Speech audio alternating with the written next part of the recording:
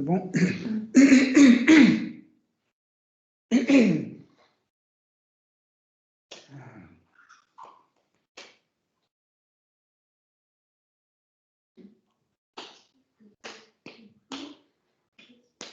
Hare Krishna, Hare Krishna, Krishna Krishna, Hare Hare, Hare Rama, Hare Rama, Rama Rama, Hare Hare, Hare Krishna, Hare Krishna, Krishna Krishna, Hare Hare, Hare Rama, Hare Rama, Rama Rama, Hare Hare, Hare Krishna, Hare Krishna, Krishna Krishna, Hare Hare, Hare Rama, Hare Rama, Rama Rama, Hare Hare, Hare Krishna, Hare Krishna, Krishna Krishna, Hare Hare, Hare Rama, Hare Rama,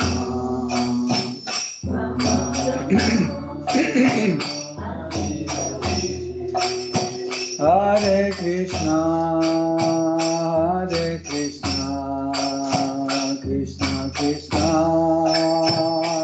Hare Hare, Hare Rama, Hare Rama, Rama Rama, Hare Hare, Hare Krishna, Hare Krishna, Krishna Krishna, Hare Hare, Hare Rama, Hare Rama, Rama Rama, Hare Hare, Hare Krishna, Hare Krishna, Krishna Krishna, Hare Hare, Hare Rama, Hare Rama, Rama Rama, Hare Hare, Hare Krishna,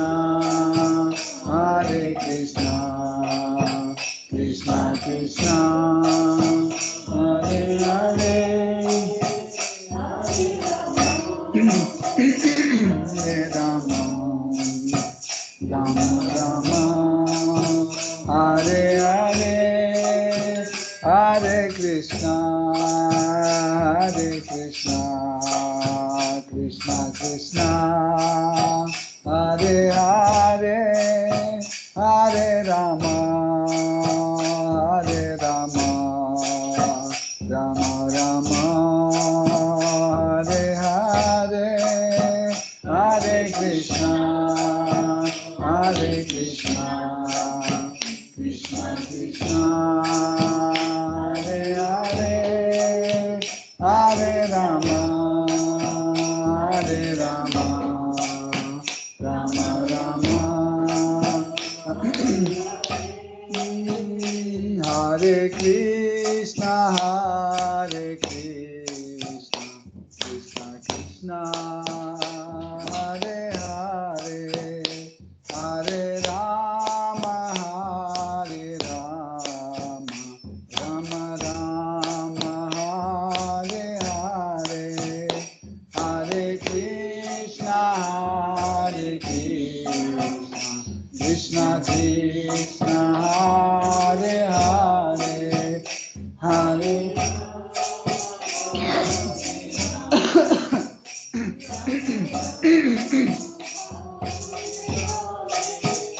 Hare Krishna, Hare Krishna, Krishna Krishna, Hare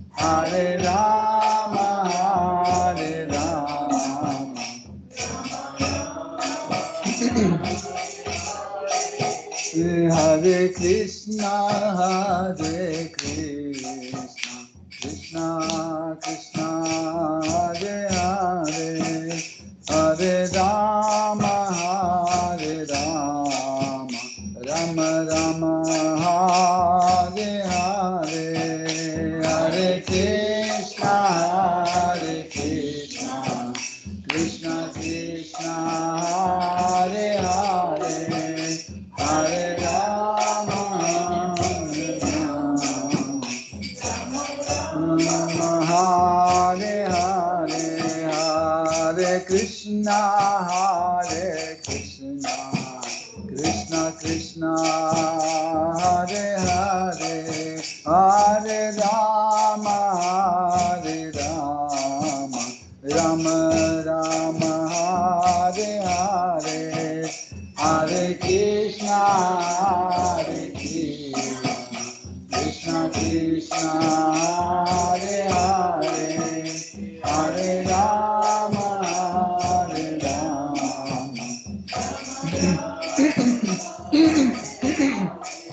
Hare Krishna, Hare Krishna, Krishna Krishna, Hare Hare, Hare Rama, Hare Rama, Rama Rama, Hare Hare, Hare Krishna, Krishna Krishna, Hare Hare Rama, Hare Rama, Rama Rama, Hare Hare, Hare Krishna, Hare Krishna, Krishna Krishna, Hare Hare, Hare Rama, Hare Rama, Rama Rama, Hare Hare, Hare Krishna, Hare Krishna,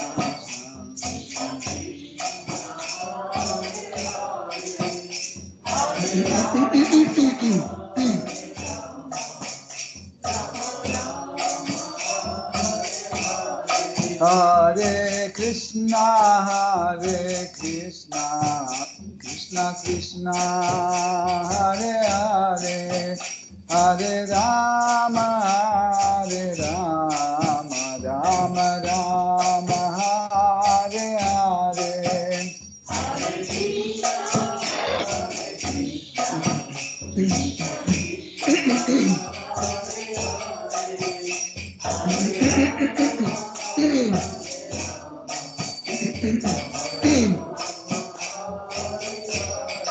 Hare Krishna, Hare Krishna, Krishna Krishna, Hare Hare, Hare Rama, Hare Rama, Rama Rama, Hare Hare, Hare Krishna, Hare Krishna, Krishna Krishna, Hare Hare, Hare Rama, Hare Rama, Rama Rama, Hare Krishna, Hare Krishna, Krishna Krishna, Hare Hare, Hare Rama, Hare Rama, Rama Rama, Hare Hare, Hare Krishna, Hare Krishna, Krishna Krishna,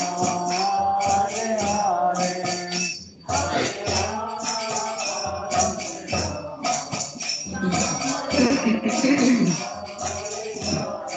Hare Krishna, Hare Krishna, Krishna Krishna, Hare Hare, Hare Rama, Hare Rama, Rama Rama, Hare Hare, Hare Krishna, Hare Krishna, Krishna Krishna, Hare Hare, Hare Rama, Hare Rama, Rama Rama, Hare Hare, Hare Krishna, Hare Krishna, Krishna Krishna, Hare Hare, Hare Rama, Hare Rama, Rama Rama, Hare Hare, Hare Krishna, Hare Krishna, Krishna Krishna,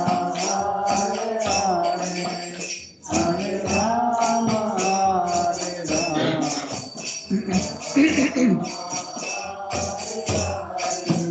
Jayo Radha Madhava Kunja Bihari Jayo Radha Madhava Kunja Bihari Jaya Radha Madhava Kunja Bihari Jaya Radha Madhava Kunja Bihari Gopi Jana Vallabha Girivaradhari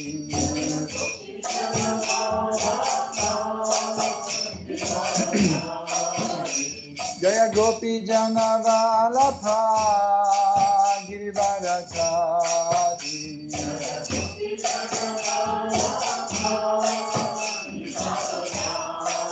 Yashodanandana Vraja Janaranjana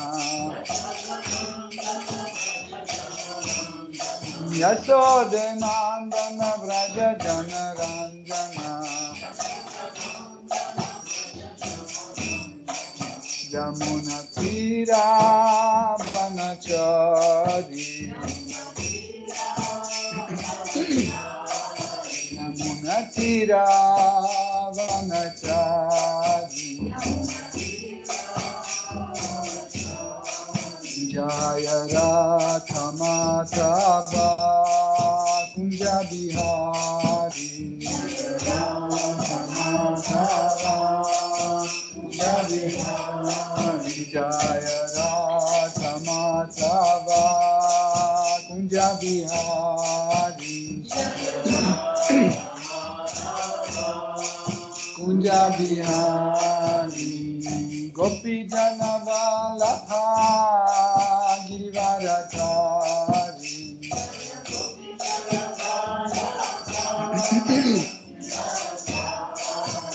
Gopi Jana Vallabha Girivaradhari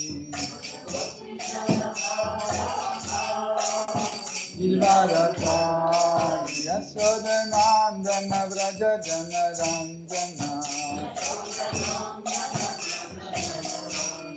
Yashodanandana Vraja Janaranjana Yamuna Tira Vanachari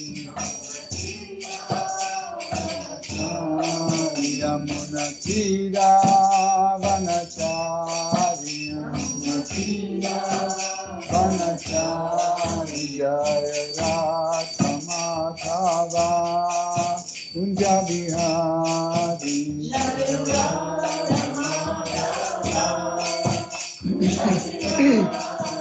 Jaya Radha Madhava Kunja Bihari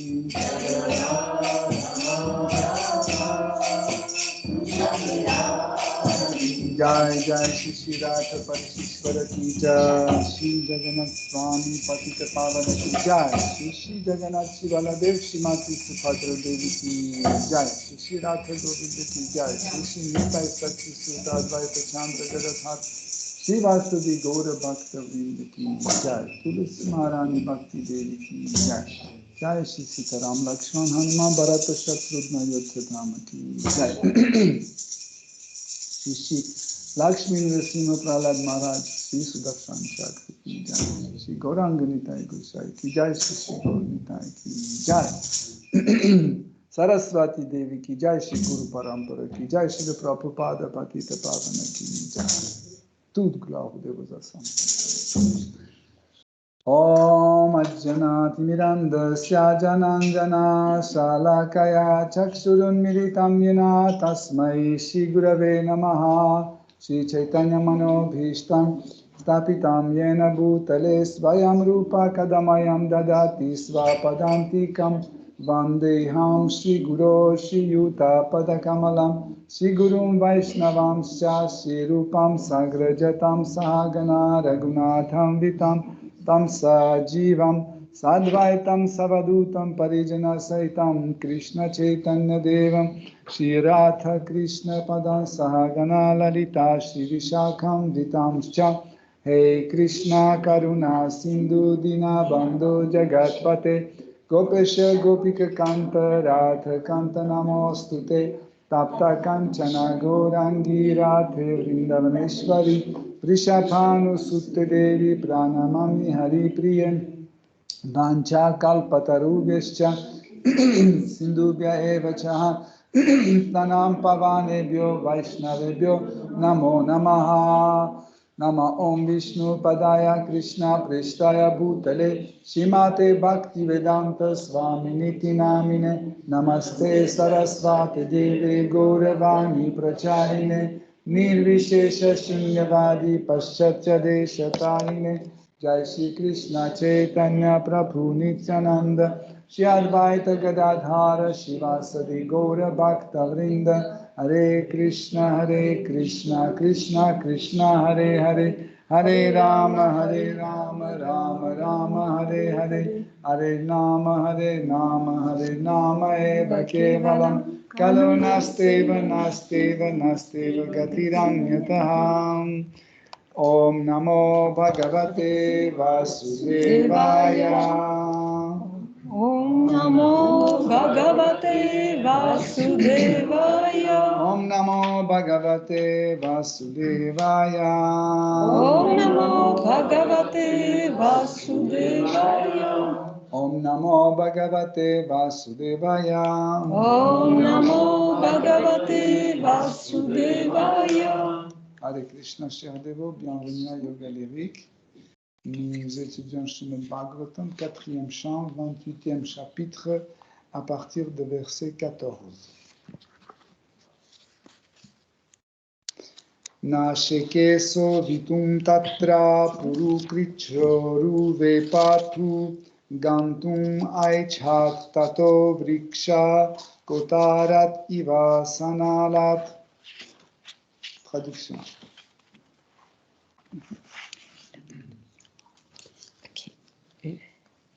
En fait, c'est un petit peu petit pour moi pour lire. Ah, c'est petit. Okay. Tout comme un serpent vivant dans les creux. Tu peux passer.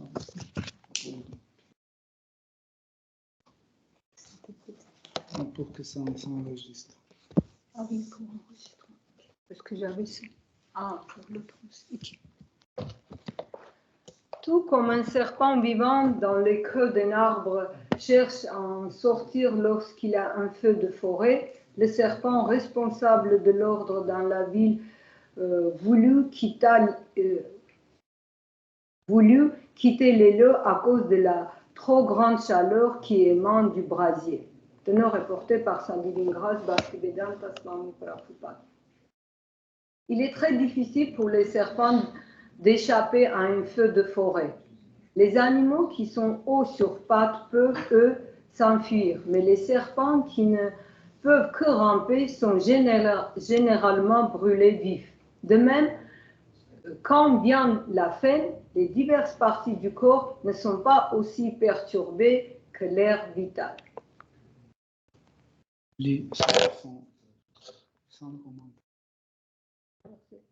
Tout le corps du serpent se relâcha sous l'emprise de guerriers Gandharvas et de Yavanas, qui avaient complètement épuisé sa force physique. Lorsqu'il voulut quitter la cité, il en fut empêché par ses ennemis. Frustré dans sa tentative, il se répandit en lamentations déchirantes.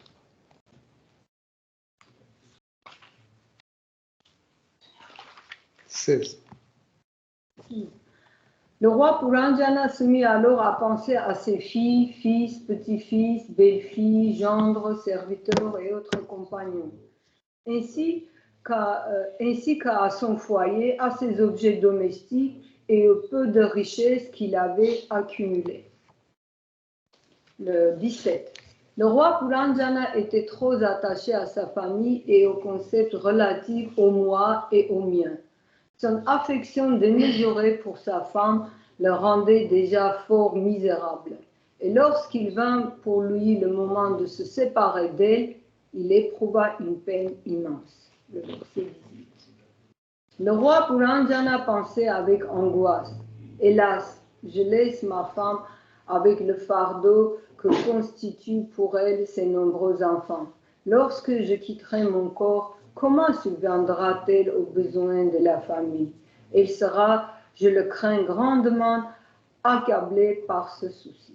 Le verset 19. Le roi Puranjana se mit alors à penser à sa vie conjugale. Il se souvint que sa femme ne mangeait jamais avant qu'il n'eût lui-même terminé son repas, qu'elle ne se lavait pas avant qu'il ne se fût lui-même lavé, et qu'elle lui était toujours très profondément attachée, au point que s'il se mettait parfois en colère contre elle ou le réprimandait, elle gardait simplement le silence et tolérait ses sauts de humeur. Verset 20. Le roi Puranjana songea encore que lorsqu'il était indécis ou troublé, sa femme devenait un bon conseiller pour lui. Il se souvint également à quel point elle s'affligeait lorsqu'il s'absentait du foyer. Bien qu'elle fût la mère de nombreux fils et héros, le roi craignait néanmoins qu'elle ne puisse assumer les responsabilités du foyer. Le verset 21.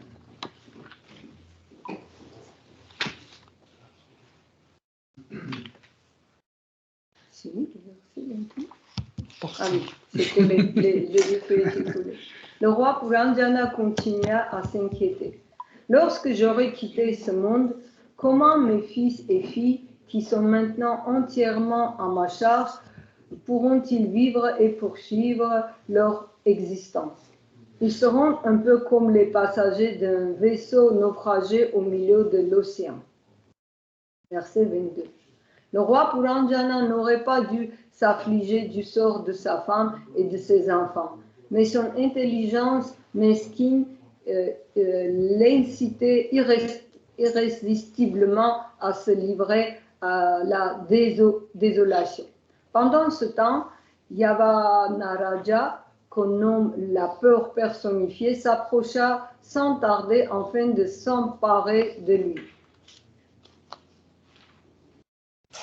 Verset 23. Lorsque les Yavanas conduisirent le roi Puranjana dans le royaume, après l'avoir ligoté comme une bête de somme, la suite du roi s'affligea profondément. Alors qu'elle se lamentait, elle fut contrainte de partir avec lui. 24, le verset 24. Le serpent qui avait déjà été arrêté par les soldats de Yavanaraja et qui se trouvait à l'extérieur de la ville se mit alors à suivre son maître avec les autres. Dès qu'ils furent tous hors de la ville, celle-ci fut aussitôt rasée et réduite en poussière. Le verset 25. Alors que le roi Puranjana était emmené de force par le puissant Yavana, son ignorance grossière l'empêcha de se souvenir de son ami et bienfaiteur, l'âme suprême. Le verset 26. Puranjana, ce roi malveillant entre tous, avait immolé de nombreux animaux au cours de divers sacrifices. Profitant maintenant de l'occasion, ces animaux se ruèrent tous sur lui pour le transpercer de leur corps. Il lui sembla alors que des haches les déchiquetaient. Verset 27.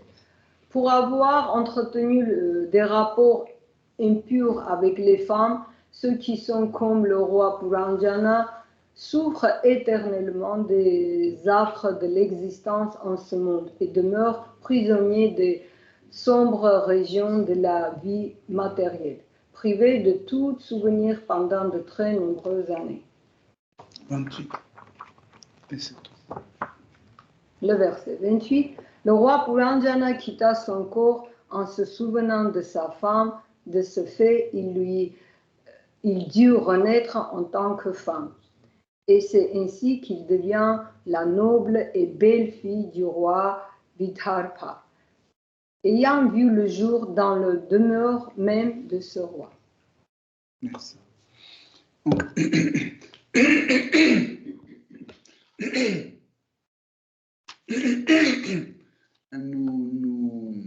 Nous avons déjà étudié en fait cet épisode pendant 2 ou 3 conférences. Et si vous vous souvenez, Narada Muni progressivement explique comment un être vivant, pas à pas, s'approche à la mort. Et quels sont les symptômes qui montrent que la personne est près de la mort. Quand on est jeune, nous pensons, bof, la mort, c'est je ne sais pas quand. Hein? Mais quand on devient plus âgé, on l'attend chaque jour. Vous pouvez croire, les personnes qui passent 50, 60 ans, ils commencent à, chaque fois quand il y a un truc, ils se demandent, est-ce que c'est la mort? Est-ce que c'est la mort? Mais quand c'est quelqu'un jeune, il dit, bon, ça c'est, je suis malade, je vais vite aller voir un médecin, je vais prendre des comprimés ou quelque chose comme ça. Mais il ne pense pas que la mort peut arriver à n'importe qui, à n'importe quel moment. Mais si vous vous souvenez, le personnage métaphorique comme roi Purandjana, hein, qui, de point de vue en fait d'aujourd'hui, de Kali Yuga, c'est quelqu'un très bien. Pourquoi? Parce que il était très attaché aux membres de ses familles, il prenait soin de ses membres de famille, de sa femme, etc. Il faisait des sacrifices, bref, on pouvait dire bah, c'est quelqu'un de bien, mais, mais Narada Muni nous montre qu'en fait, la vie d'un bon citoyen, la vie d'un bon père de famille ou d'un chef d'entreprise, etc., tout cela, en fait, c'est une forme d'illusion. Pourquoi? Parce que cela dure juste un certain temps. Et comme nous avons dit, la chose est vraie et authentique, c'est dure éternellement. Qu'est-ce que c'est un mirage? Qu'est-ce que c'est une illusion? L'illusion, c'est quelque chose qui dure d'une façon temporaire. Hein? Par exemple, je marche dans la rue et je vois par terre une pièce de 2 euros. Je me baisse pour le prendre et au moment quand je m'approche, je vois qu'en fait c'est un bouton pas de bouton, couvercle, une capsule de Coca-Cola ou de bière. Mais en fait, quand je l'ai vu cette capsule de loin, j'étais sûr que c'est une pièce de 2 euros. En fait, le temps que je me suis baissé, etc., le temps où j'ai aperçu que c'est pas de l'argent, c'est pas de la monnaie, ça a duré 15 secondes. Mais pendant 15 secondes, ces 2 euros sur le trottoir existaient. Okay? Donc, vous pouvez dire, oui, mais c'était pas le vrai. Mais c'était vrai parce que j'étais sûr que c'est comme ça. Donc, de quoi étaient composés, en fait, ces 2 euros? Parce que je l'ai vu.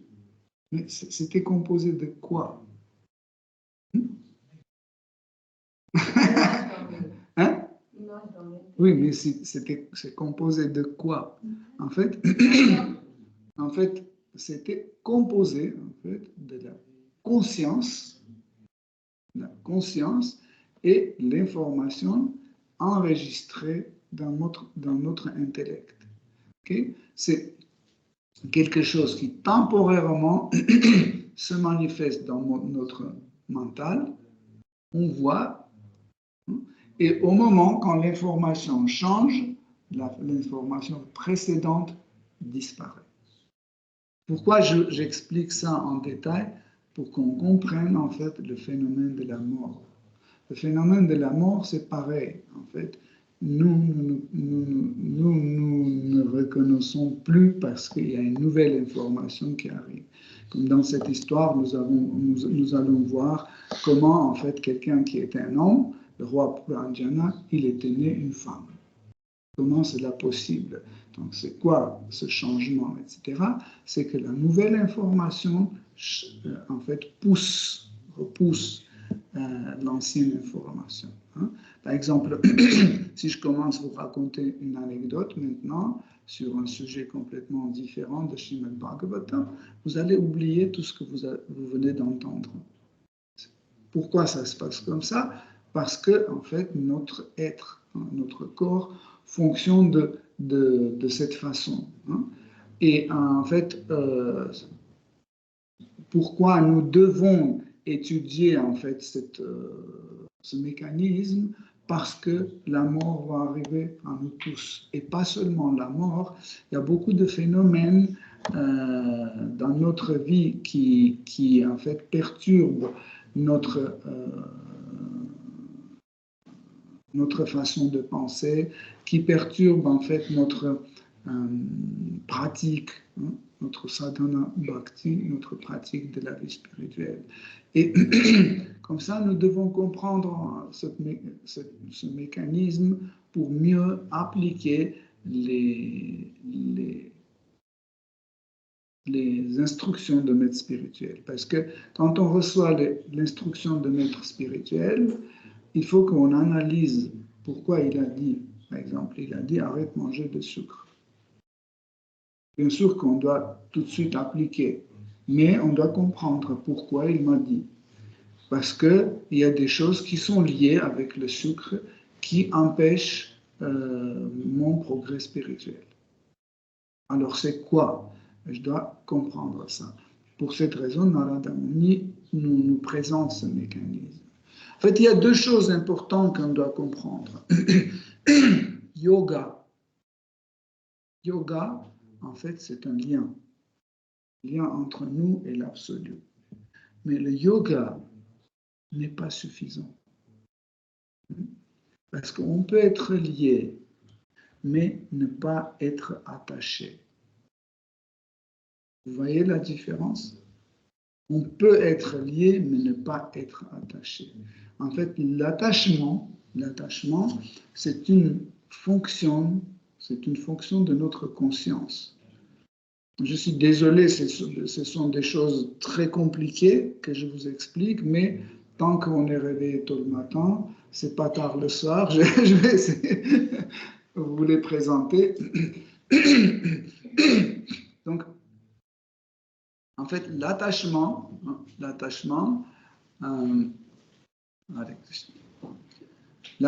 en fait, c'est une fonction de notre conscience. Okay? Alors, conscience a divers aspects. Hein? Et en fait, tout ce que nous prenons comme une autre chose qui compose notre être, ce n'est que la conscience, sous diverses formes. Tous nos sens d'action, comme les mains, les jambes, l'appareil buccal, les génitaux et l'anus, en fait, tout ça, c'est une forme de conscience. Quand vous marchez, vous êtes conscient que vous vous déplacez. C'est comme ça que vous marchez. Qu'est-ce que vous donne en fait cette sensation que vous marchez? C'est d'être conscient que vous vous déplacez dans l'espace. Si vous n'êtes pas conscient de ça, vous n'allez pas avoir cette sensation que vous êtes en train de marcher. L'action de voir, de sentir, d'entendre, etc., en fait, tout cela aussi, en fait, la vision, l'ouïe, etc., tout cela, ce sont diverses formes de la conscience. Pareil. Par exemple, qu'est-ce que ça veut dire? Je vois ces fleurs. Qu'est-ce que ça veut dire? Ça veut dire, je suis conscient que sur cette table, dans ce verre rempli d'eau, il y a 3 fleurs. C'est ça qui veut dire, voir. Entendre, par exemple, j'entends ma voix. Qu'est-ce que ça veut dire? Ça veut dire, je suis conscient que je suis en train de parler. Okay? Le mental, le mental, c'est une autre forme, une autre manifestation de notre conscience, hein, qui nous permet d'analyser, accepter, refuser, être attentionné et s'attacher.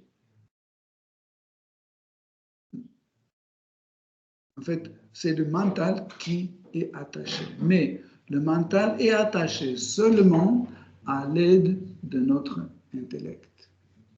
Parce que l'intellect, c'est une autre forme de la conscience qui, qui a, sous la forme d'idées, différentes idées, hein, une accumulation de différentes choses, différentes idées. Hein. Par exemple, qu'est-ce que c'est une chaise? Une chaise est dans mon intellect, dans mon intelligence, il y a une chaise. Et cette chaise est une forme de conscience, c'est une idée. Une chaise, c'est une idée. Quelle idée? L'idée de pouvoir s'asseoir dedans. Qu'est-ce que c'est l'idée d'un verre? C'est une idée de mettre un liquide dedans et pouvoir boire. C'est une idée. Okay? Et en fait, notre intelligence est composée par milliards de différentes idées, de différentes grandeurs, de différentes importances et différentes sensibilités, on peut dire comme ça. Okay?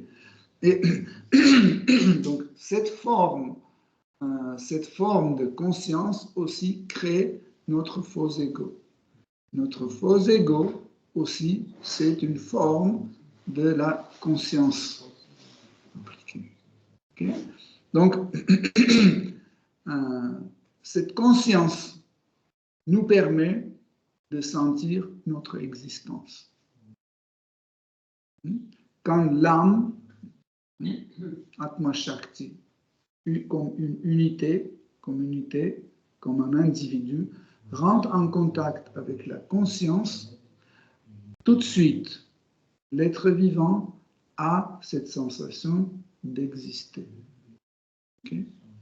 Par exemple, quand je perds la conscience et je tombe par terre, hein, le lien entre la conscience et tous mes sens sont coupés. Okay? Et donc, ma conscience n'est pas présente dans le corps. Et donc, cette idée que j'existe dans cette pièce, sur cette chaise, etc., temporairement est supprimée. Okay? Donc, dès que la conscience revient de nouveau et s'étale au niveau de tout mon corps, tout de suite, la sensation d'être existé revient immédiatement. Okay? Le même principe est valable aussi pour le corps spirituel. Ne pensez pas que le corps spirituel fonctionne d'une autre façon. Sauf que le corps spirituel est fait d'une autre matière, une matière appelée Chit Shakti, et cette Chit Shakti n'est qu'une autre forme de la conscience. C'est aussi une forme de conscience. Et en fait, les organes de sens dans le corps spirituel et l'objet des sens, ils sont composés de la même matière. Les deux sont composés de Chit Shakti. Okay? Et l'objet de sens et de la conscience et l'organe de sens est aussi de la conscience. Vous voyez? Donc les deux, c'est conscience qui rentre en contact avec la conscience. Okay? Donc Krishna, son corps dans le monde spirituel, est fait aussi de Chit Shakti. Okay? C'est pour ça qu'en fait, nous pouvons complètement, sans aucune perturbation, sans aucune difficulté ou obstacle, avoir le contact avec Krishna. Ici, dans le monde matériel, car notre contact est à travers le corps matériel qui est fait de l'énergie matérielle, de Maya Shakti, qui a différentes qualités qui perturbent en fait la manifestation de mon moi. Quels sont ces facteurs perturbateurs? C'est la passion, l'ignorance, la vertu, la temporalité, l'illusion, etc., etc. L'inertie, en fait, tout cela nous empêche à avoir le contact avec Krishna. Ok? Donc,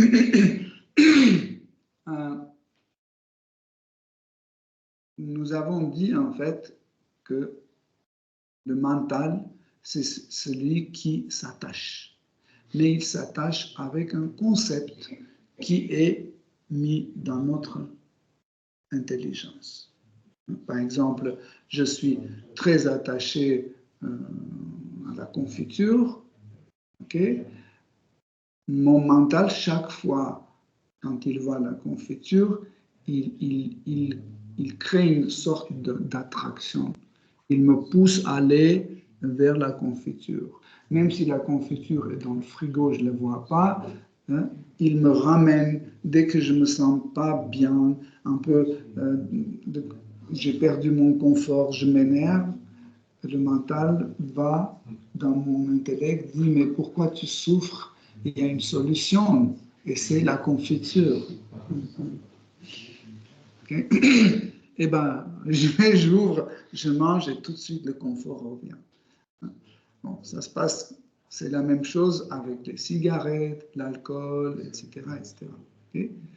La drogue, ou la relation sexuelle, etc., etc. Tout type d'attachement ont la même structure et la même fonction. Okay? Et par exemple, un jour, je découvre que j'ai de la diabète ou une autre maladie qui m'empêche de manger le sucre. Okay? Le sucre devient mon ennemi. Et maintenant, le sucre est présent dans mon intelligence sous une autre forme. Pas comme un ami qui va me sauver de mon disconfort, mais comme un ennemi qui m'empêche de prendre plaisir, etc. Okay?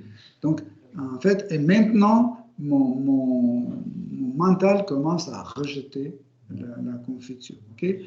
Donc, l'attachement, en fait, l'attachement, c'est une idée. C'est une idée, en fait, que cette chose est bien. Plus, en fait, cette chose est parfaite, enregistrée dans notre intellect comme quelque chose parfait, comme quelque chose sans, comment on dit ça en français, sans faute, sans défaut, qui va jamais trahir, etc., etc., okay? Plus l'attachement est fort. Et cet attachement, en fait, nous amène à une attraction vers cet objet.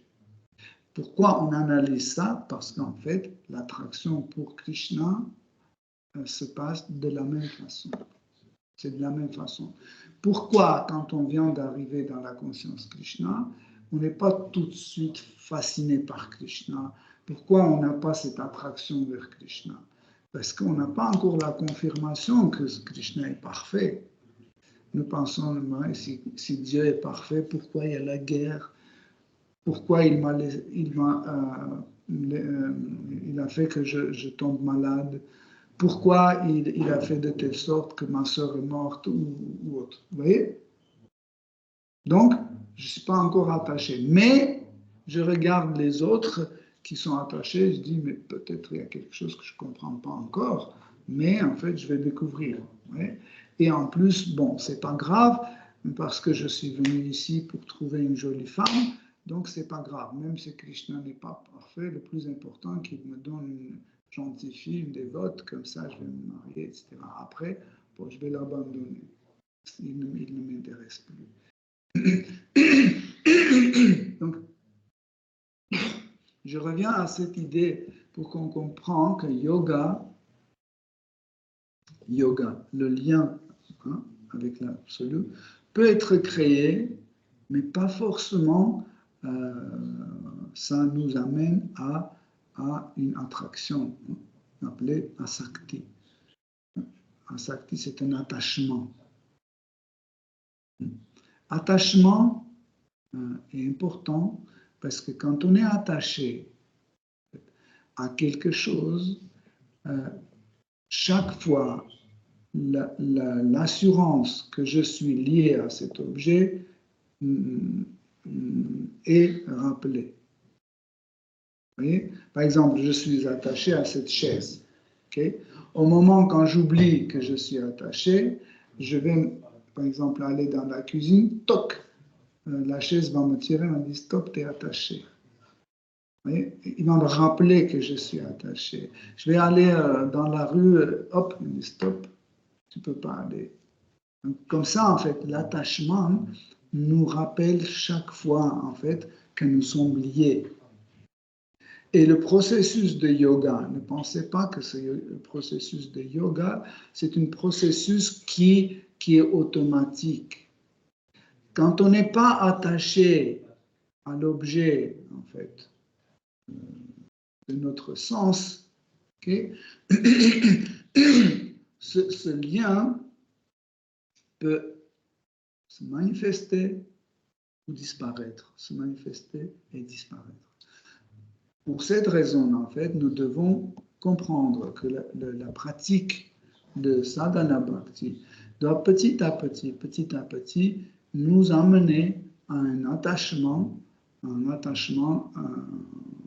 un autre objet de sens. Krishna est aussi un objet de sens. En fait, c'est un objet de sens le plus parfait.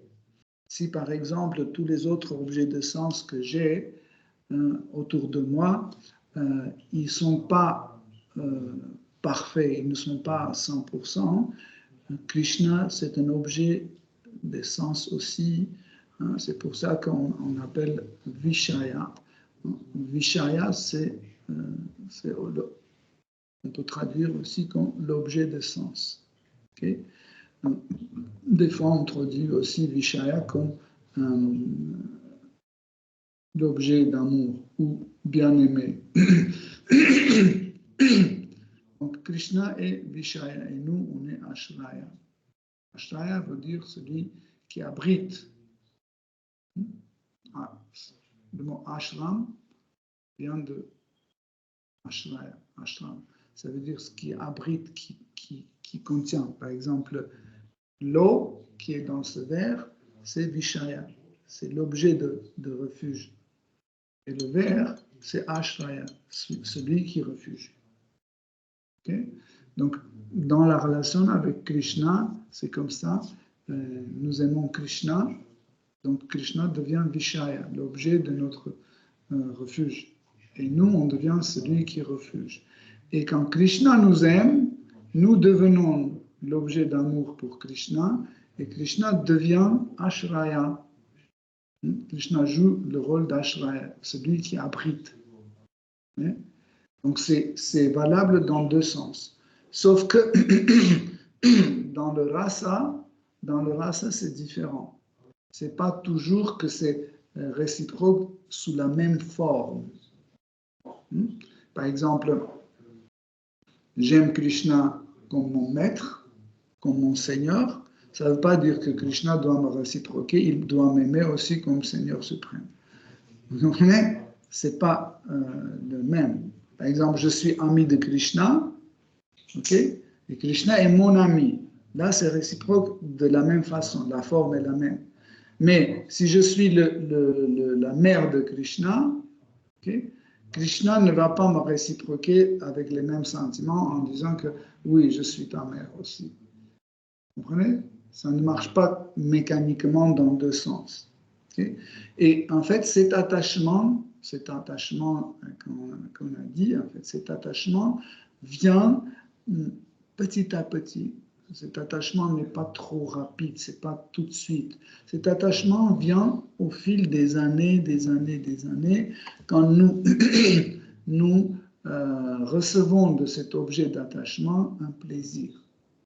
Nous n'allons pas nous attacher à quelque chose qui ne nous plaît pas. Par exemple, nous ne pouvons pas attacher à quelque chose qui est dégoûtant, dégueulasse, etc. On s'attache à quelque chose qui nous fait plaisir. C'est pour ça que Roi Puranjana était attaché à ses enfants, à ses femmes, à ses proches, etc., à son palais, parce que tout cela lui a apporté énormément de plaisir. Okay? Et en fait, au moment de mourir, quand la mort s'approche, quand on est dans un état d'agonie, en fait, on appelle cet état d'agonie.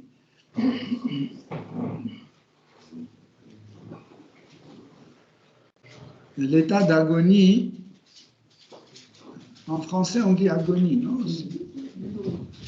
Donc l'état d'agonie, c'est le moment où le corps, qui est un objet de sens, et tous les sens aussi se séparent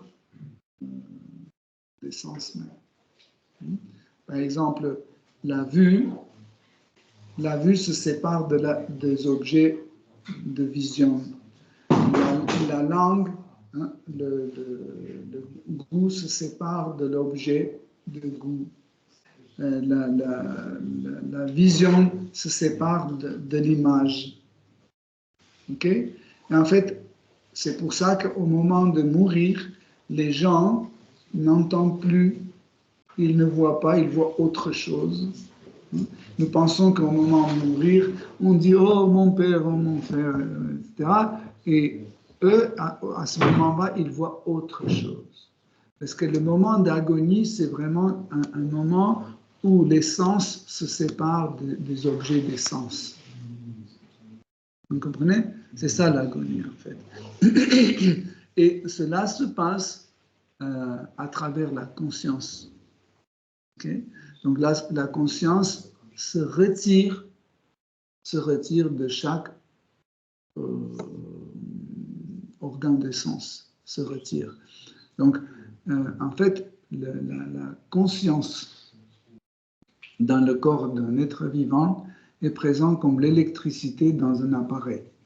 Par exemple, votre ordinateur, il est tout neuf, il marche bien, mais tant qu'il n'est pas branché sur l'électricité, il ne fonctionne pas. Pour qu'il fonctionne, il doit être branché sur l'électricité. Dès que l'électricité pénètre dans le corps de l'ordinateur commence à fonctionner. Pareil, tant que la conscience ne rentre pas, ne pénètre pas dans nos sens, les sens ne fonctionnent pas. C'est valide pas seulement pour les sens grossiers, c'est valide ainsi pour le corps subtil. Le corps subtil, par exemple le mental, l'intelligence, le faux ego fonctionnent grâce à la présence de la conscience. Okay? Même le mental, il fonctionne grâce à la présence de la conscience. Voilà pourquoi quand le corps subtil quitte le corps grossier, la conscience qui abandonne le corps grossier va avec le corps subtil. C'est pour ça que nous pouvons vivre ou continuer à vivre dans le corps subtil, grâce à la présence de la conscience. Par exemple, dans ce verset, d'une façon métaphorique, Narada Muni explique, il donne l'idée d'un serpent à 5 têtes. Et c'est ce serpent qui en fait aide que la ville ou le corps fonctionne, c'est une métaphore aussi. En fait, il s'agit de prana, de l'air vital. L'air vital qui fonctionne en fait dans notre corps. Quel est le rôle d'air vital?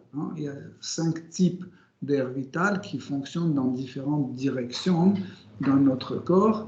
En fait, quel est le rôle de prana, d'air vital? C'est d'aider à distribuer ou diffuser la conscience sur le niveau de tout notre corps. C'est en fait les pranas, c'est comme un transport pour la conscience. Ok? Donc, parce que en fait la conscience, pour qu'elle soit diffusée au niveau de tout notre corps et dans tous nos sens, il faut les pranas.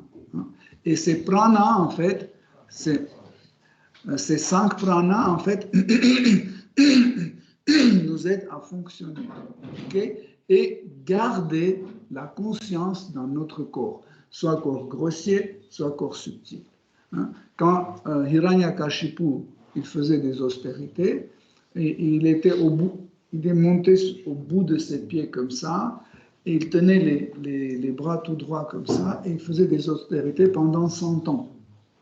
En fait, son corps grossier était mangé par les fourmis.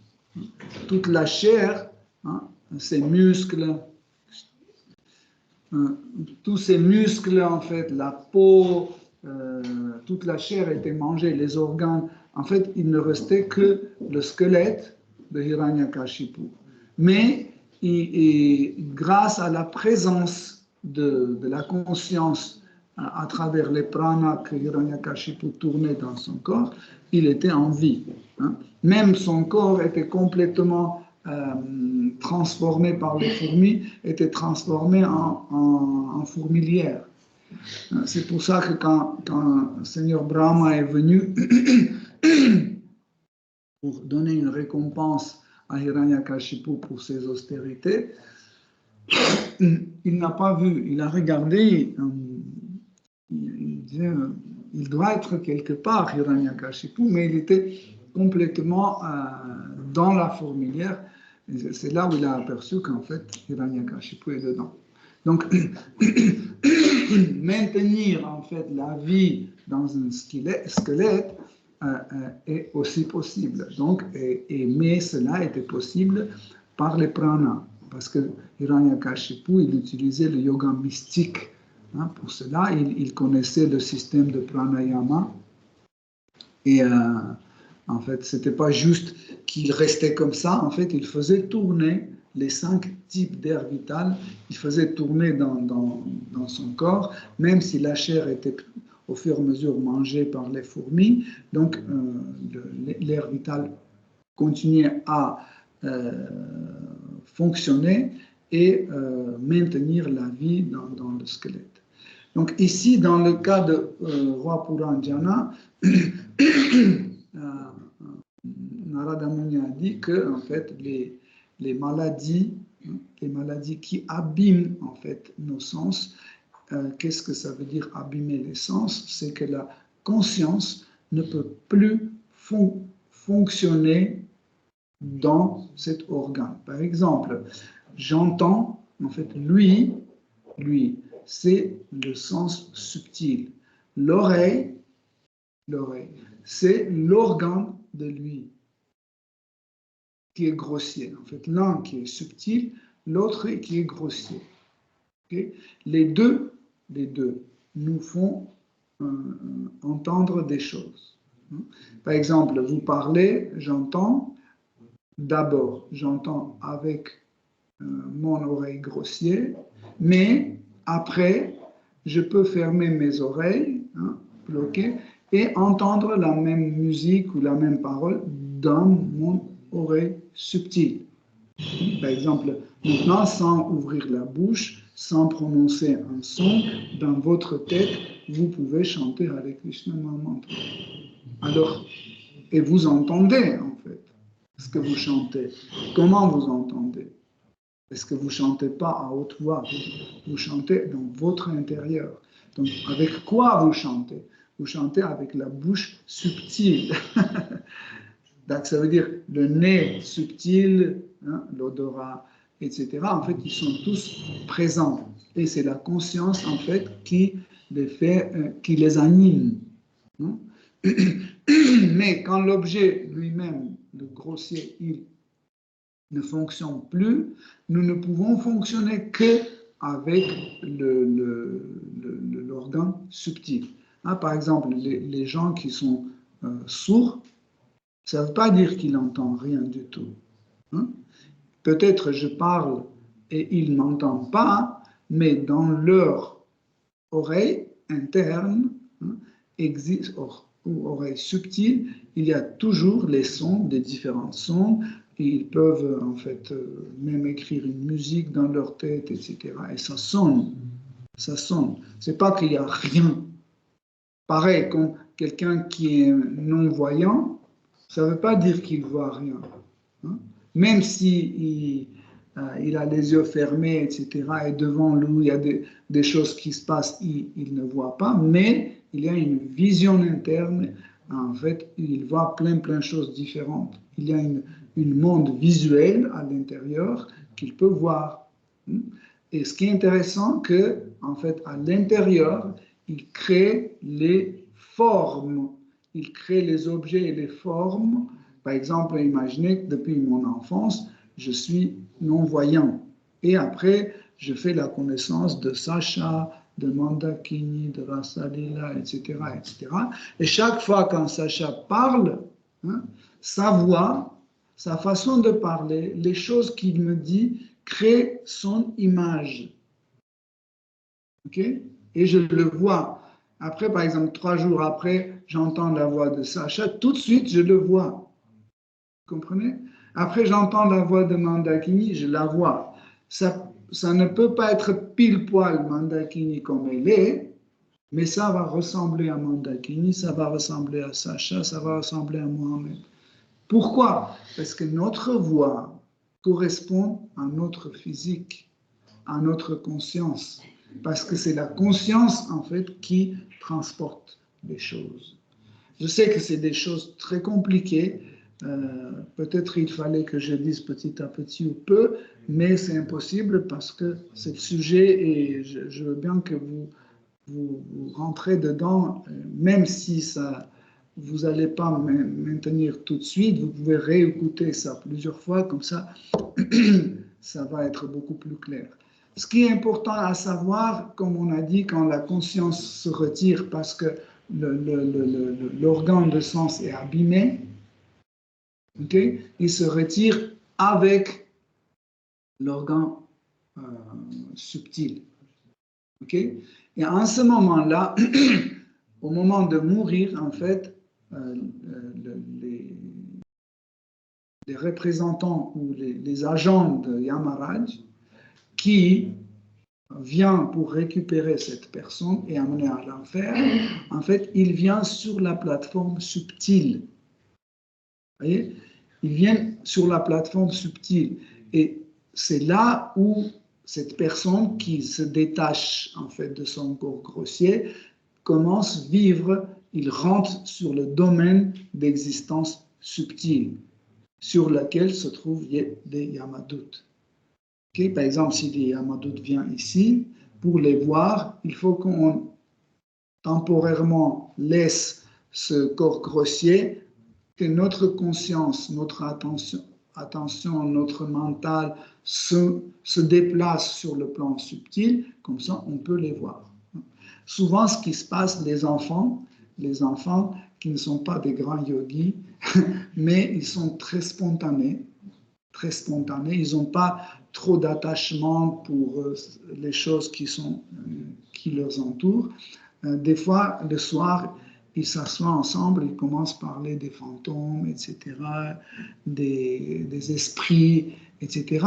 Et parce que, comme on l'a dit, ils ne sont pas très attachés aux objets grossiers, en parlant, en mettant leurs sentiments dans une autre vibration, ils remontent en fait, ils remontent sur la plateforme subtile et ils commencent à voir les fantômes, sentir, etc. Ils crient, ils ont peur. Pourquoi? Parce qu'ils se déplacent sur cette plateforme d'existence. Et quand les Yamadoutes viennent, en fait, l'homme les voit et ils ont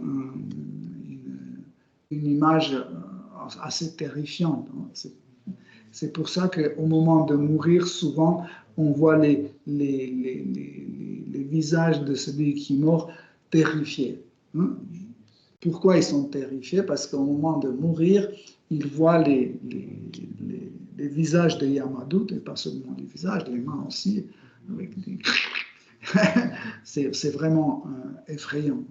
Et c'est pour ça que des fois, au moment de mourir, les gens, ils laissent sortir les excréments ou ils urinent dans leur lit de mort. Pourquoi? Parce que c'est la peur qui vient avec ça. Okay? Donc, en ce moment-là, comme Narada Muni explique d'une façon métaphorique, mais en réalité, c'est des Yamadoutes qui arrivent et qui, en fait, récupèrent le corps subtil d'une façon assez intéressante. Donc, dans les livres sacrés, c'est écrit qu'ils récupèrent avec des cordes spéciales. Les scientifiques disent, ouais, c'est n'importe quoi, vous inventez des trucs. Non, en fait, ce sont des cordes subtiles, en fait, qui sont faits aussi de la conscience. Hein, en fait, quand on les emballe, en fait, quand on récupère ce pêcheur, on les attache avec ces cordes subtiles qui sont les cordes de conscience. En fait, dès que cette idée de corde touche cette personne, donc il se sent attaché, enfermé et il n'est plus capable de bouger. Par exemple, vous avez vu déjà l'hypnose, comment ça fonctionne. On dit, tu es Léonard de Vinci, tu sais dessiner, etc. On lui donne le crayon, il commence à dessiner. Et après, quand il sort d'hypnose, il ne sait pas dessiner.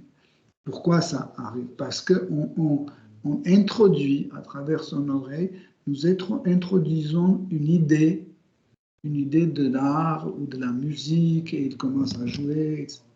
Nous introduisons. Et une idée, c'est un programme. Par exemple, une femme, c'est une idée, c'est un programme. Un homme, c'est une idée, c'est un programme. Un canard, c'est une idée. En fait, l'énergie matérielle est la même partout. Mon corps, votre corps, le corps de ces fleurs, le corps de ces radiateurs sont faits de la même matière. La matière est la même. Mais pourquoi dans un cas, ça devient le corps d'un homme, le corps d'une femme, le corps de radiateur ou de l'éclairage? Parce qu'il y a différentes idées. L'idée de radiateur, l'idée de l'homme, l'idée de la table, etc. Et chaque idée, en fait, chaque idée, c'est un programme. Quand cette idée rentre en contact avec l'énergie matérielle prend la forme de cette idée. Donc l'idée extériorise. Par exemple, je prends un morceau de pierre, de marbre, ok, et je commence à sculpter. Et il y a une jolie femme qui apparaît, sculptée. Cette femme, d'où elle vient? C'était comme une idée dans mon intellect. comme un programme. Dès que, en fait, j'ai transmis cette idée qui a touché le marbre s'est transformé à cette idée. Il a pris la forme, il a manifesté ce qu'il y avait comme idée en moi. Vous comprenez? Pareil, le corps, en fait, notre corps, comment notre corps est devenu comme il est aujourd'hui, c'est grâce à la conscience, grâce à toute cette idée que nos parents ont mis en nous, plus notre passé et plus notre vécu. C'est ça qui forme en fait notre corps. Pourquoi un enfant ressemble à ses parents? Parce que, en fait, les parents, au moment de la conception, introduisent en fait leur moi, leur faux ego, introduit par la méditation sur son propre plaisir. Par exemple, quand un couple rentre dans une relation sexuelle, chacun médite sur son plaisir sexuel personnel. Okay? Si l'enfant ressemble plus à son père, ça veut dire que le père était plus concentré sur son plaisir sexuel que sa mère. C'est en fait cette sensation, c'est une façon de programmer. Vous pouvez programmer même la douleur, vous pouvez programmer la joie, vous pouvez programmer la nuit, la tristesse, l'orgueil, vous pouvez tout programmer. En fait, quand il y a, par exemple, vous êtes triste, qu'est-ce que c'est la tristesse? C'est un programme. En fait, le sentiment, c'est aussi un programme qui rentre en fait en contact avec notre conscience. La conscience rentre en contact avec notre ego, et le ego, en fait, fait revivre certaines choses à nous, à notre personnalité. Okay? Et au moment quand les Yamadoutes sont venus et ils nous attachent avec ces cordes conscientes, et nous sentons que c'est fini, nous ne pouvons plus bouger, ils réduisent notre corps subtil, parce qu'en général, notre corps subtil a la taille de notre corps grossier. Mais ils réduisent, en fait, autour de 50-60 cm. En fait, c'est écrit dans Garuda Purana, cette taille-là, de cou jusqu'au bout des doigts. Non, c'est plus. C'est 50 à peu près. 50, entre 50 et 60. Voilà, tu deviens petit comme ça. Et on l'amène vers l'enfer. Et ce chemin, en fait, n'est pas le même pour chaque pécheur. Chaque pécheur rencontre sur le chemin les personnes ou les personnages à qui il a fait souffrir. Et dans notre cas, si vous vous souvenez, Roi Puranjana, en faisant tellement de sacrifices des animaux, il a fait souffrir un énorme nombre des animaux. Et quand on l'a tiré à force pour amener à l'enfer, sur le chemin, en fait, ces animaux sont venus et commençaient avec leurs cornes de frapper, percer, frapper avec leurs sabots, etc. Donc, en fait, pour lui rendre, par le principe de karma, pour lui rendre en fait toutes ces souffrances qu'il a fait souffrir à eux. Oui. Et en fait, quand le moment arrive de quitter notre corps, comme Krishna dit dans la Bhagavad Gita, au moment de mourir, quand quelqu'un pense à quelque chose, il va là où cette chose se trouve, et il prend souvent la forme sur laquelle il médite le plus. En général, l'homme, au moment de quitter son corps, médite sur la chose à laquelle il est le plus attaché. Et dans notre cas, Roi Puranjana était très attaché à sa femme, Et il était tellement attaché et il voyait sa femme, ses formes, sa voix, etc., qu'au moment de mourir, en fait, sa conscience a pris ce programme et a transmis un cours subtil de Puranjana. Et dans la vie suivante, il était né comme une femme. Nous avons beaucoup d'exemples comme ça, comme par exemple roi Bharata. Hein, quand il était en train de quitter son corps, hein, il pensait à son petit fan. Donc il a pris le corps d'un cerf. Hein, et comme ça, mais Krishna, par sa miséricorde, lui a laissé sa mémoire de sa vie précédente, comme ça il pouvait continuer sa pratique spirituelle. Donc, comme ça, nous avons arrivé au moment où roi Puranjana, il a quitté son corps et il est devenu une femme. Donc, la suite, on va continuer, comment il a vécu dans le corps d'une femme, qu'est-ce qui lui est arrivé, on verra ça vendredi prochain. Hare Krishna, je vous demande juste chanter Hare Krishna quelques secondes. Hare Krishna, Krishna Krishna, Hare Hare, Hare Rama, Hare Krishna, Krishna Krishna, Hare Rama, Hare Krishna, Krishna Krishna, Hare Rama, Hare Krishna, Krishna Krishna, Hare Rama, Hare Krishna, Krishna Krishna, Hare Rama, Rama Rama, Hare Hare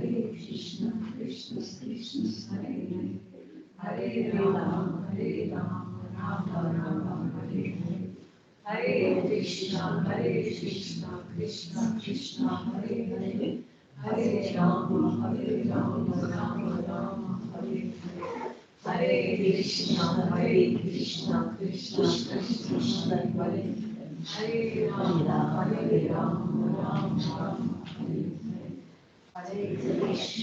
Hare Krishna, Krishna Krishna, Hare Rama, Rama, Hare Krishna, Krishna Krishna, Hare Rama, Rama, Hare Krishna, Krishna Krishna, Hare Rama, Rama, Hare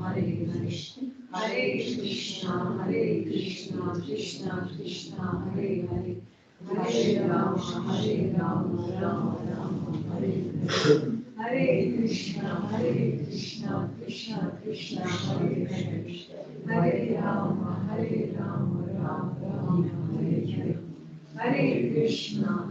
Hare Krishna, Krishna Krishna, Hare Rama, Rama, Hare Krishna, Krishna Krishna, Hare Rama, Hare Krishna, Rama, Hare Hare, Hare Krishna. Si vous avez des questions, des commentaires.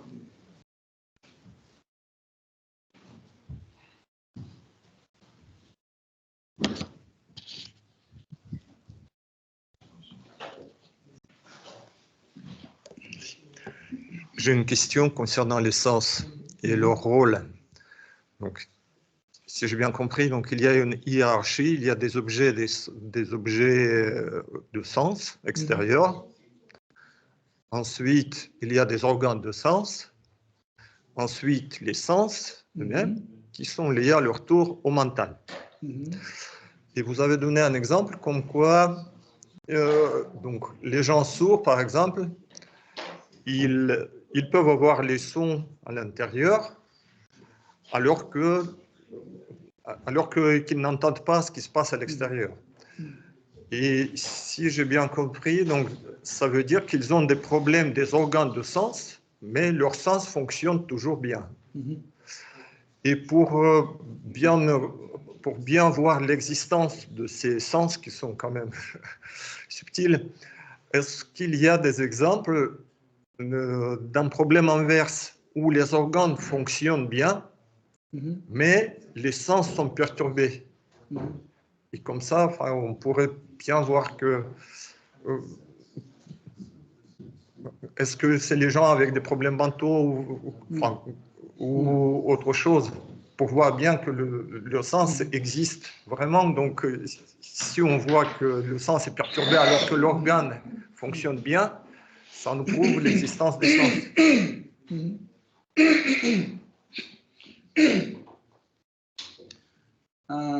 En fait, les actions que nous produisons, ils sont liés avec notre intelligence. Par exemple, pour marcher, dans notre intelligence, nous devons avoir l'idée de pied, des jambes, et l'idée de l'espace. Si nous n'avons pas ces trois-là, même si on a les jambes super bien, etc., donc nous ne pouvons pas les faire fonctionner. Même s'ils sont intacts, tout à fait normal, etc., pour que je puisse marcher, je dois avoir l'idée des jambes, des pieds, de l'espace, de sol, sinon ça ne va pas fonctionner. Par exemple, moi, j'ai les mains qui fonctionnent très bien, mais je ne sais pas jouer du piano. Est-ce que c'est suffisant avoir les mains pour jouer? Parce que quand je vois un pianiste qui joue, qu'est-ce qu'il fait? Il pose ses doigts sur le clavier et il les déplace et la musique vient. Donc, pour faire fonctionner mes doigts sur le piano, qu'est-ce que je dois avoir? Je dois avoir, en fait, le programme, en fait, les éléments qui sont liés avec ça. Ça veut dire que je dois connaître la musique et je dois connaître quel clavier, quelle touche correspond à quel son. Si je ne l'ai pas dans mon intellect, donc je ne peux pas jouer. Okay? Donc en fait, en général, quand on voit l'hiérarchie des sens, donc le plus grossier en général, c'est des sens d'action. Ensuite, c'est les sens subtils d'information. En fait, c'est les sens subtils. Ensuite, le mental, l'intellect, le faux ego, okay, et la conscience qui anime tout. Okay. Plus on monte, plus ça devient subtil. Et parmi tout ce que nous avons cité, le plus subtil, c'est le faux ego. Hein? Donc, quand on voit l'apparition, en fait, de l'être vivant, en fait, tout en premier, ce que nous manifestons dans ce monde matériel, c'est le faux ego. Le faux ego apparaît le premier dans ce monde. Tout le reste, c'est des transformations de faux ego. Par exemple, le mental, c'est aussi une transformation de faux ego. L'intellect, c'est de la transformation de faux ego. Ils sont tous des diverses, en fait, manifestations de faux ego. Okay? Donc, pour ça, en fait, quand le subtil est perturbé, le grossier est perturbé automatiquement avec. Okay? Ça veut dire le grossier dépend du subtil. Okay? C'est pour ça que, par exemple, certaines émotions peuvent perturber nos sens d'action. Par exemple, les mains sont intactes, normales, les jambes, la tête, tout est à sa place, mais la peur, par exemple, prenons la dépression. Quand quelqu'un tombe dans la dépression, qu'est-ce que ça veut dire tomber dans la dépression? La dépression, c'est une incapacité d'agir selon l'environnement. Par exemple, l'environnement est tel que je suis assis chez moi, dans une profonde dépression, et mon appartement commence à brûler. Okay? Donc, je dis oui, ça brûle, et alors? Tu vas mourir. Je dis oui, et alors? C'est ça la dépression. Vous voyez? Pourquoi? Parce qu'en fait, mon mental et ne voit pas dans mon intellect l'idée qui me donne envie de continuer à vivre. L'idée qui dit qu'il y a un plaisir. L'idée qu'il y a la différence entre être vivant ou être mort.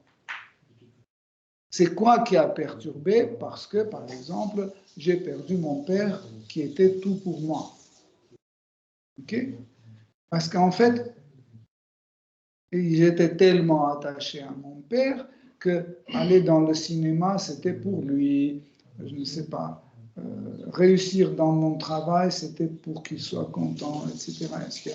Et du coup, j'ai perdu, en fait, le sens pour lequel je faisais, j'ai perdu, et du coup, c'est fini. Comme par exemple un pianiste qui perd sa main droite et il ne peut plus jouer. Donc, il tombe dans la dépression parce qu'en fait, il vivait pour jouer du piano et du coup, il ne peut plus. Donc, le sens pour vivre, l'idée de vivre disparaît. Le but, c'était jouer. Mais s'il ne peut plus jouer, à quoi ça sert de continuer à vivre? Et du coup, il ne vit plus. Ça veut dire, il ne mange plus, il ne dort plus, il ne travaille plus. Pourquoi? Parce qu'il a perdu le but. En fait, le but fait nous agir.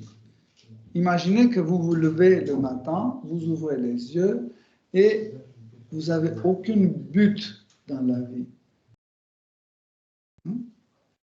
Vous avez perdu la mémoire et vous ne savez pas qui vous êtes. En fait, le but de la vie est lié avec le faux ego, avec la perception de soi.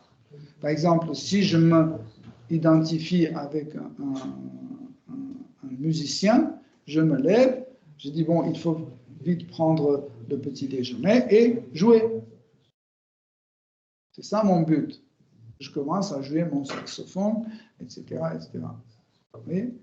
Donc, mais si je ouvre les yeux le matin dans mon lit et je ne sais pas qui je suis, vous pouvez imaginer cette situation, vous ouvrez les yeux et vous ne savez pas qui vous êtes. Si vous ne savez pas qui vous êtes, vous ne savez pas quoi vous devez faire. Okay? Donc, nos actes dépendent de la perception de soi. Okay? Donc, c'est ça, comme tu as expliqué, c'est le subtil qui nous empêche à faire le grossier.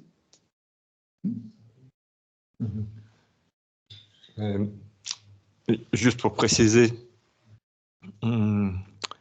est-ce qu'on peut imaginer, comme les matérialistes le font, que les organes de sens sont liés au cerveau avec les neurones? Et dans ce cas-là, on n'a pas besoin de concept de sens.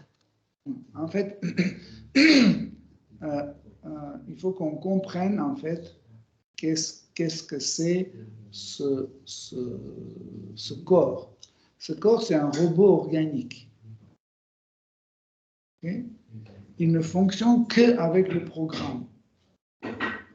Si on lit, en fait, par exemple, imagine que j'ai une tendon qui a été coupée ici et je ne peux plus lever mon bras. OK? Et du coup, le chirurgien, il va coudre mon tendon, hein, il va attacher à sa place, et du coup, je peux maintenant bouger mon bras. Mais, s'il attache, mais dans ma tête, hein, dans mon intellect, il n'y a pas de l'idée ou le programme de bouger le bras, comme j'ai expliqué tout à l'heure, sur l'exemple de marcher. Okay? S'il n'y a pas cette idée, je ne peux pas bouger, même si tout est à sa place, tout est revenu à sa place. Oui? Le programme fait fonctionner. Par exemple, quand vous appuyez sur le bouton et l'ascenseur arrive à votre étage, après vous prenez l'ascenseur, vous appuyez sur le bouton et il descend. Ce n'est pas parce que vous avez appuyé sur le bouton l'ascenseur bouge, parce qu'il y a un programme. Imaginez que j'ai un bouton ici, juste un bouton. J'appuie dessus, il n'y aura pas d'ascenseur qui va venir. Parce que ce bouton doit être lié avec un programme, il doit contenir un programme. Ce n'est pas juste ce petit carré bouton qui fait ceci.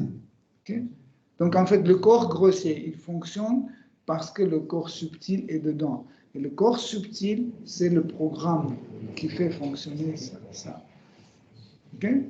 Donc, vous pouvez réparer le robot, okay? Mais quand le programme qui fait fonctionner ce robot n'est pas correct, le robot ne va pas fonctionner. D'accord, donc les sens sont les sous-programmes d'un gros programme de corps subtil. C'est bien ça. Ah. Merci.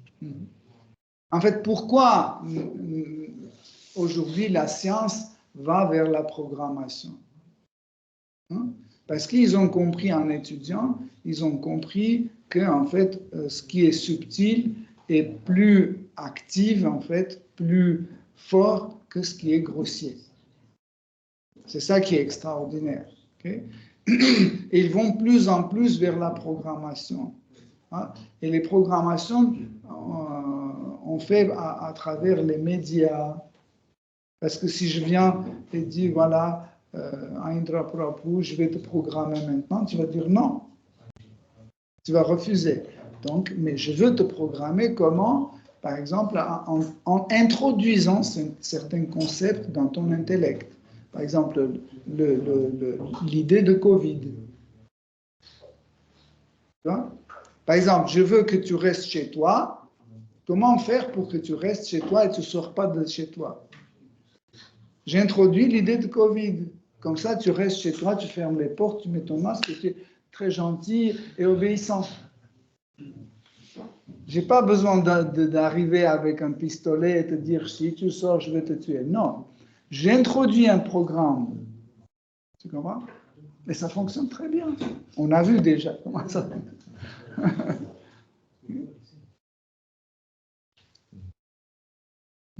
J'ai une question. Mon père, il avait Alzheimer.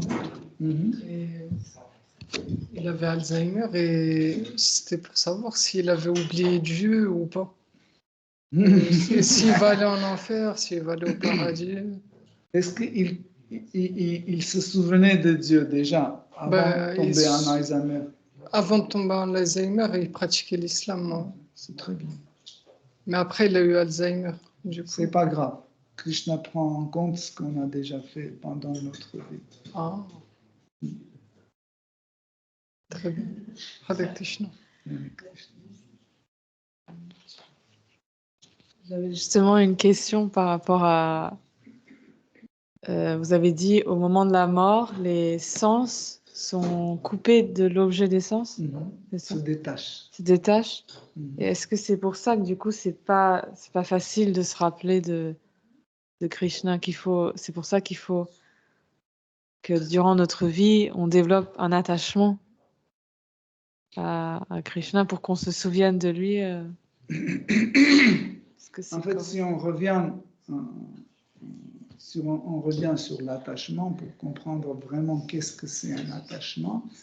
Attachement, en fait, c'est un attachement dans notre vie matérielle, c'est un reflet d'attachement que nous avons dans le monde spirituel. Dans le monde spirituel, on est très attaché à Krishna. En fait, cet attachement est encore plus fort qu'on imagine parce qu'il se transforme en une attraction appelée Rati. Rati, c'est quelque chose qu'on ne peut pas vraiment imaginer à quel point Rati, cette attraction est forte. Comme par exemple, imaginez que je tourne l'eau, le verre avec l'eau, je renverse comme ça, et l'eau ne tombe pas. Est-ce que c'est possible? Non. Comment l'eau va toujours dans les creux? Quand vous versez l'eau quelque part, elle va tout de suite, automatiquement, l'eau va vers les creux. N'est-ce pas? Pareil, en fait, Rati, l'attachement pour Krishna, c'est quelque chose naturel. C'est quelque chose de naturel qui va automatiquement vers Krishna. C'est difficile à imaginer. Pourquoi? Parce qu'ici, nous nous forçons de penser à Krishna, d'aller voir les dévots, écouter Srimad Bhagavatam, nous forçons parce qu'on n'est pas encore assez liquide pour prendre les creux. Okay? Mais l'attachement, en fait, la réussite d'attachement, c'est quand on est exposé d'une façon prolongée à l'objet des sens. Par exemple, cigarette, c'est quelque chose de dégoûtant. Je ne connais pas une personne qui a fumé la première fois la cigarette et il a dit « Oh, waouh, c'est extatique ». Personne. Chaque fois quand quelqu'un fume sa première cigarette, c'est dégoûtant, c'est horrible, on commence à tousser. Ok? Mais parce qu'on a une idée d'adulte, parce que si tu veux être un adulte, si tu veux être cool, si tu veux être branché, etc., tu dois fumer. Okay? Si tu vas être relax, tu dois fumer. Okay? Qu'est-ce que je fais? J'insiste. Une cigarette aujourd'hui, 2 demain, 3 après-demain, j'insiste. Qu'est-ce que ça veut dire insister? Petit à petit, en fait, je crée un contact prolongé d'objets de sens avec les sens. Et un jour, quand j'ai pas de cigarette, c'est là où je vois à quel point je suis attaché. Parce qu'en fait, quand j'ai pas de cigarette, l'idée que je ne suis plus cool, je ne suis plus adulte, etc., revient. Parce que c'est ça qui me donnait l'idée d'être... Chaque fois quand je fume, je sens que je suis cool. Je fume, je sens que je suis adulte, je suis quelqu'un d'important, etc. Et si je ne fume pas, c'est ça en fait. Mais les gens ne comprennent pas qu'est-ce que c'est l'absence de cigarette. L'absence de cigarette, ça veut dire tout de suite, j'ai perdu tout ce confort d'être cool, d'être adulte, etc. Et c'est pour ça que je suis angoissé. C'est ça en fait l'attachement. Donc, qu'est-ce que c'est le processus de sadhana bhakti?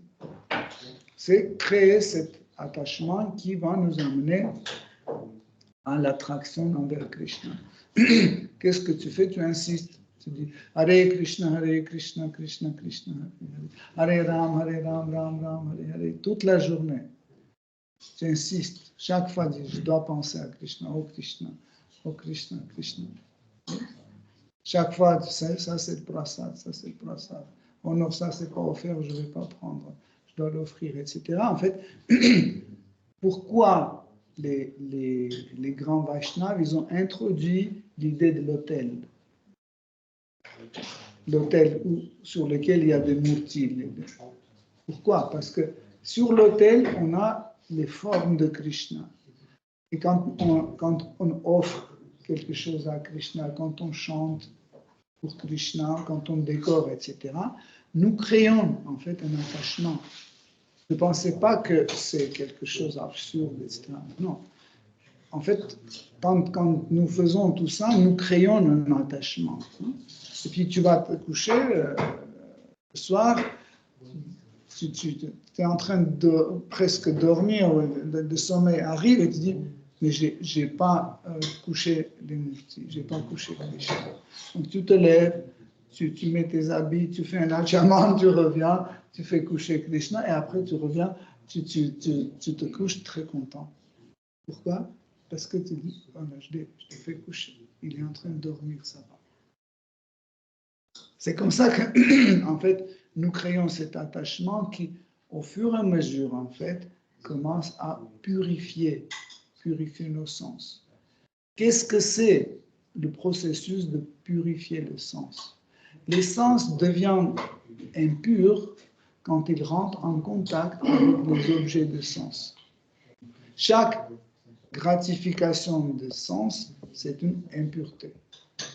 Chaque mot qu'on dit sans en avoir besoin, chaque gramme de la nourriture qu'on a mangé sans en avoir besoin, chaque action qu'on a fait sans nécessité de cette action, tout cela, ça pollue nos sens. Okay? Mais chaque fois quand nos sens sont engagés dans le service dévotionnel, ils deviennent purs. Parce qu'ils rentrent en contact avec quelque chose qui est pur. Par exemple, quand vous prenez le banane et vous le mangez, sans l'offrir à Krishna, cette banane est impure. Il s'appelle bhoga. Bhoga, c'est l'objet de sens, l'objet de gratification des sens. Mais quand c'est déjà offert, et vous le prenez et vous savez qu'il est offert, vous rentrez en contact avec Krishna qui est pur. Parce que Krishna se manifeste à travers le prasad. C'est comme ça qu'en fait, durant notre sadhana bhakti, nos sens, au fur et à mesure, deviennent purs.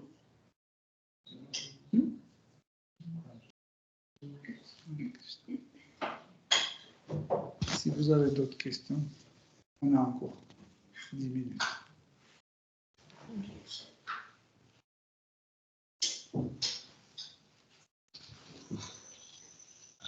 Je voulais demander, quand on dit que ce qu'on pense pendant le mort, au moment de mort. Oui, au moment de mort, on revient à cet état. Ce moment, c'est quand j'ai quitté le corps ou c'est aussi quand j'ai, par exemple, à quel moment ça se passe? En fait, quand on quitte le corps, c'est un processus progressif pour certaines personnes, mais pour certaines personnes, c'est brusque. Par exemple, imaginez que vous êtes dans la rue comme ça, et d'un seul coup, il y a une voiture qui roule très vite, vous frappe. En fait, ce qui se passe, il pousse votre corps grossier tellement fort que le corps grossier se déplace et le corps subtil reste. Okay? Donc vous êtes mort, vous êtes mort, mais le corps subtil reste ici. Donc c'est une séparation brusque. Donc vous voyez, même des fois dans les cas pareils, la personne n'arrive même pas à réaliser qu'il a quitté le corps. Il peut dire, mais qu'est-ce que je fais là-bas? Il se voit par terre, les gens qui sont arrivés, etc. Mais c'était tellement brusque qu'il n'arrivait pas à ressentir ni la douleur, etc. Parce que pour ressentir une douleur, il faut le temps. Mais il n'a pas eu le temps parce que c'était vraiment brusque. Okay? Donc, et après, il ne comprend pas pourquoi les gens ne le voient pas et pourquoi il se voit par terre. Okay? Donc ça, c'est une possibilité. Il y a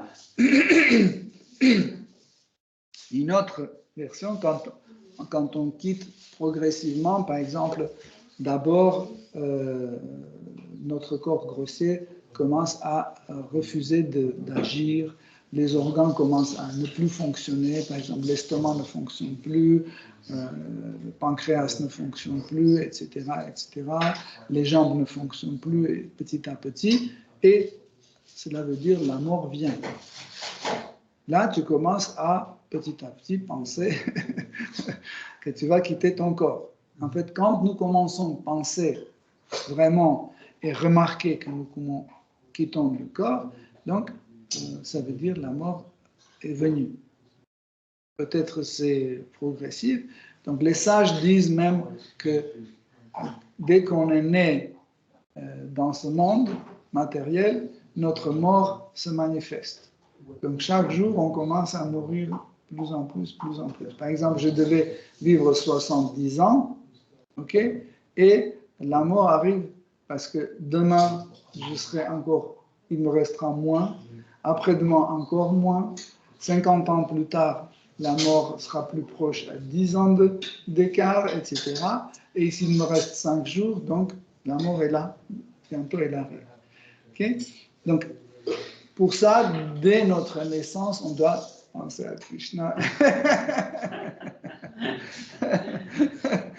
pour être sûr qu'au moment de mourir, on va penser à Krishna. Mais Krishna dit dans la Bhagavad Gita, je suis la mémoire et l'oubli. Okay? Donc c'est lui qui va au moment de mourir se manifester pour nous, en fait, dire qu'il est là.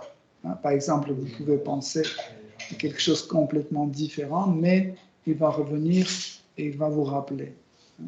Je me souviens, quand je devais être opéré de mon nez, que j'avais une paroi un peu déformée, c'était une opération assez compliquée que je devais passer. Et je me disais, bon, il faut que je me concentre parce que ça sera sous l'anesthésie, etc. Et si je quitte mon corps, je dois penser à Krishna. Donc je dis, au moment quand ils vont m'emmener dans le bloc opératoire, je vais me concentrer sur Krishna, tant pis, si je meurs, je meurs. Donc je vais me concentrer. Et puis, quand on m'a mis sur le truc, ils m'ont poussé vers le bloc opératoire, je me disais, voilà, concentre-toi, Jagannath, Krishna, Krishna, Krishna, Jagannath. Et quand on m'a amené, et l'infirmière m'a dit, ne vous inquiétez pas, maintenant je vais faire une petite piqûre, c'est pas douloureux, juste, mais c'est nécessaire. Je dis ok. Et quand elle faisait sa piqûre, je dis j'espère qu'elle n'a pas touché l'aiguille avec ses mains sales, etc. Et puis j'ouvre les yeux, je suis dans ma chambre avec des tampons dans le nez comme ça. Donc qu'est-ce que j'ai pensé au moment de mourir? J'ai pensé à cette infirmière qui pouvait toucher avec ses doigts l'aiguille. Nous pensons, et pourtant, vraiment quelques secondes avant, j'ai pensé à Krishna, oh Krishna. Pourquoi? Parce que j'étais attaché à mon corps. Je pensais, oui, je vais mourir si elle touche. Vous voyez? C'est ça. C'est bon? Ok. Hare Krishna, cher dévon. Merci pour votre attention. Srimad Bhagavatam ki jai, Srila Prabhupada ki jai. Akshan Prabhu ki jai. Good luck.